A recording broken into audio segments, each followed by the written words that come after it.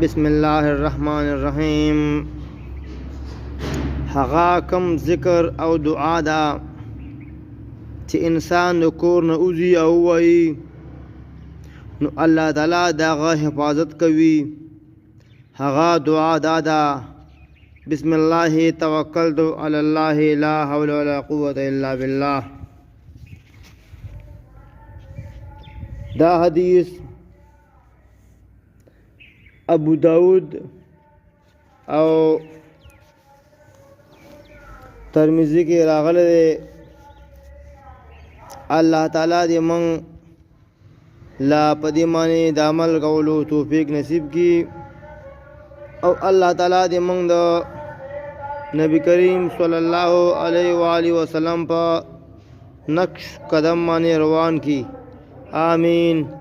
السلام علیکم ورحمۃ اللہ وبرکاتہ.